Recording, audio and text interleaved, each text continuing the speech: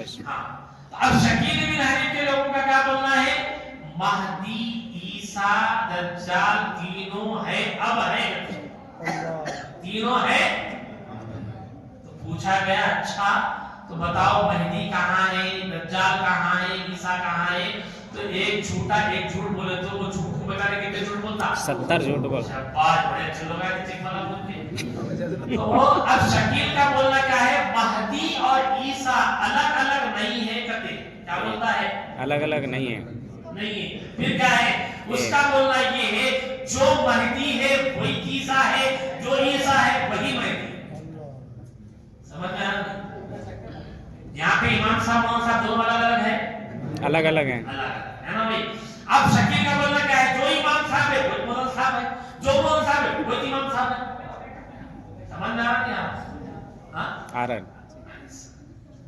तो मेरे अजीजों, शकील